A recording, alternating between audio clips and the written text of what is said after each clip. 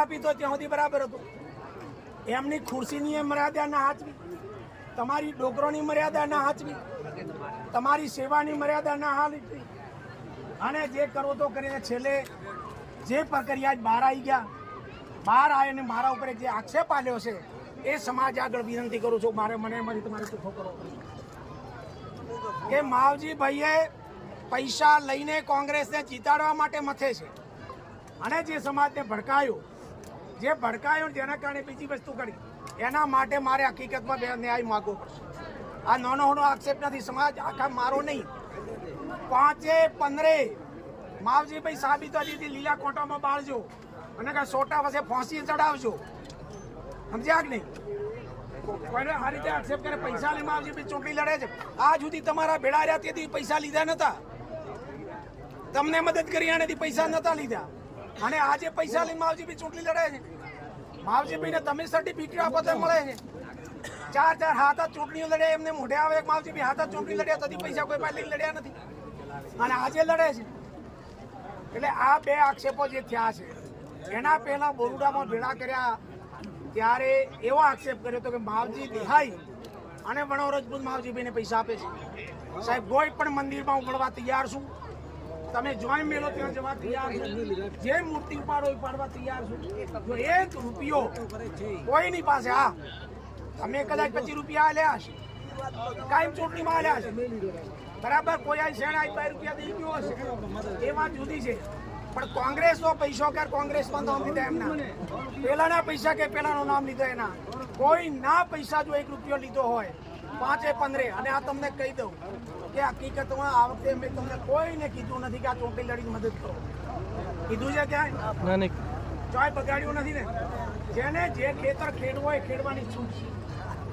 માવજીભાઈ બગાડવા માટે નથી, થશે સો સુધારવા, પણ જ્યારે અન્યાય થતો હશે, અને અન્યાય મારો અને સમાજનો બધોનો થતો હશે, બીજા સમાજનો થતો, ત્યારે મારે ક્યાંક ને ક્યાંક ના છૂટકે પગલું ભરવું પડે. પણ સમજતો હતો આગળમાં પડે, પણ આ જાતની જે પ્રક્રિયા થઈ હોય, અને એ પ્રક્રિયામાં પણ આપણે જો ત્યારે વાત ઉપર તાળી પાડો, આગળ જો એનો અવાજ ન કરો, તો આખરમાં આગેવાની કોણ આપણી લેશે?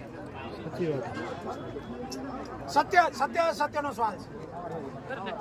ખેર, મારા ઉપર એ માનતા છે કે માવજીભાઈ આ ખર્ચો મારો ભગવાન પૂરું કરશે, સમજ્યા કે નહીં? આજે અત્યાર સુધી તાર્યા છે ને તો ભગવાન તારશે. અને એટલો ડોકરો મિલકત મેલીને ગયા છે કે 2 રૂપિયા માથે રહેશે, તો આગા પાછો કરીને કોઈનો રોનો પાઈ બાકી નહીં રાખો, સમજ્યા કે નહીં?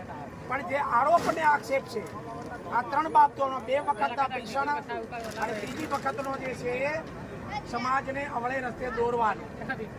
સમાજને અવળે રસ્તે દોર્યો તો સમાજને આ કામ નથી આવતું. આજે આથી બધી પ્રક્રિયા ન હોય, અને સમાજ જોઈ ના આવ્યો, હું મારા માટે લડ્યો હતો. એટલે આ વાતથી તમારે ગઠબંધન કરીને મનોમન વિચારવાનું છે, સમય પ્રમાણે આપણે અડવાનું છે. અને તમને આખા જાહેરમાં કહું છું, બાકીની રૂબરૂમાં કહું છું, 5 પટ્ટી બેઠી છે ત્યારે કહું છું કે જે દિવસે તમને એમ લાગે કે આંગળી સામે કોઈ કરે, ત્યારે એ દિવસે સાહેબ તમે જે કંઈ સમાજ કબજા કરે, 5 પટ્ટી, ડાબલીથી કરીને ગાંધવથી કરીને ઈસરવા સુધી, ગંગોદરાથી કરીને કારેલી સુધી, એ દિવસે સાહેબ જે સજા ભોગવા માટે તૈયાર. આ જાહેરમાં બોલું છું. બાકી આક્ષેપ કરવાઓને ખબર ખ્યાલ આવવો જોઈએ કે તમે ક્યાંની સામે આંગળી કરી છે, સમજ્યા કે નહીં? આ નાના હોની વાત નથી. ચૂંટણીમાં ભલે આયારા, બારે આયારા, ભલે મને નતો હરાઈ દેવો તો એમને ચીતાડી દેવો હતો, એનો મને કોઈ સવાલ નથી. એના માટે પણ પ્રશ્ન જે આ જે વાત કરી છે એ પ્રક્રિયા એ આપણા બધા માટે એટલા માટે આપણે બધાને વિનંતી કરું છું કે મનોમન વિચારવું પડે, ગાંઠ વાળવી પડે, અને હકીકતમાં કરશો તો ગમે તે, આજે હું છું કાલે તમે હશો, પણ મેં દીધો હશે, સમજ્યા ને? બાકી અમે ચોય કોઈને નુકસાન કરતા નથી. તમે તમારી ઈચ્છા પ્રમાણે કામ કરજો, જરૂર પડે તો અમને બોલાવજો, તો અમે મદદરૂપ થશું. જરૂર ન પડે તો તમે તમારું ઘીમાં રાંધો અને દૂધમાં ખો, અમારે કોઈ ના નથી. તમારે જેટલો ફાયદો જેની પાસેથી જે લેવો એ લો, સમજ્યા નહીં? અમને ગુમાવી આમંત્રણ આપ્યું, અમે આજે હાજર થઈ ગયા, બરાબર? જે આમંત્રણ પર હાજર થયો ત્યાં આપ્યું તો ત્યાં હાજર થઈ ગયા. તો એ પ્રક્રિયામાં છે, જ્યાં સુધી અમારા ખોડિયામાં હા હશે ત્યાં સુધી એક સમાજ તો ખરો જ, પણ છત્રી કોમના ચોપાટિયા માટે ભગવાને શક્તિ આપી છે, અને ભગવાન કરાવશે ને કરશું, પણ બાકી બધું સહન થાય. હાર પચાવી પૂછું પણ આ ઘા નથી રૂજા. સાચી વાત.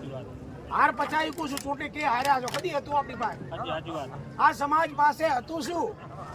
ગાંધીનગર પહોંચાડ્યા તમને, તમે અમની ભેળે થઈને આયા સંતોના આશીર્વાદથી રાજ કર્યું અને આજે હજી તમે લીલા લહેર કરો. 30 વર્ષથી તમારે જાતો માર્ગે જતો રસ્તે તો કોઈ પૂછતું નથી. આટલા સુધી આજે 4 પાર્ટીઓ દેશમાં ટિકિટ આપી, તમારી આટલી હાક વધારી હાલે કોઈ? મેં જો પૈસા લઈને પક્ષ પલટા કર્યા હોત તો 4 પાર્ટીઓ લાવે, કોક લાવે તો ખરી માહિનો લાવ. એક તો બતાડો આખા ગુજરાતમાંથી કે એક પાર્ટીમાંથી નહીં પણ 4 દેશની પાર્ટીઓ 4 પાર્ટીઓમાંથી ટિકિટ આપી હોય. ભલે આપણે હાર્યા, એ કેમ હાર્યા આપણે જાણો છો, ના કેમ હાર્યા આપણે સમજો છો, પણ આજ સુધી આપણે સમય હાથે ત્યાં છે ક્યાંક હેડવું પડે, કાઢું વાવજી કરવું પડે. હા, સમય સાથે ચાલુ. જ્યારે પક્ષપાતો કર્યો હશે ત્યારે તમારા કહેવાથી કર્યો હશે, છતાં પાર્ટીએ કિંમત કરી કે માવજીપી માટે માવજીપી પક્ષપાતો નહીં કર્યો, પ્રજા માટે કર્યો છે અને એટલે એને રાખડી બાંધી છે. જીતાડવો તમારા હાથમાં છે, ટિકિટ લાવવી મારા હાથમાં છે. કોંગ્રેસે આલી, ભાજપે આલી, દિલ્હીમાં વીપી સિંહ રાજ કર્યું, જનતા દળે આલી, મોરારજી રાજ કર્યું ત્યારે જનતા મોરચાએ આલી. આ 4 પાર્ટીઓ દેશમાં રાજ કર્યું, 4 પાર્ટીઓ તમારી કદર કિંમત કરી છે. અને હવે તમને જો કલંકિત કરવા કોઈ માંગતો હોય તો તમારે ઉજળાથી જીવવું છે કે કલંકિતથી જીવવું છે? ઉજળો થઈને આ સુધીનો ઇતિહાસ છે કે કળબી ઘસાઈને ઉજળો થયો છે. સમજ્યા કે કોક માટે પ્રક્રિયા થઈ છે, પણ કોઈ કાળો ડાઘ લગાડે એ નથી પોહાતું, બાકી બધું પોહાય. બોલો રાજેશ્વર ભગવાન.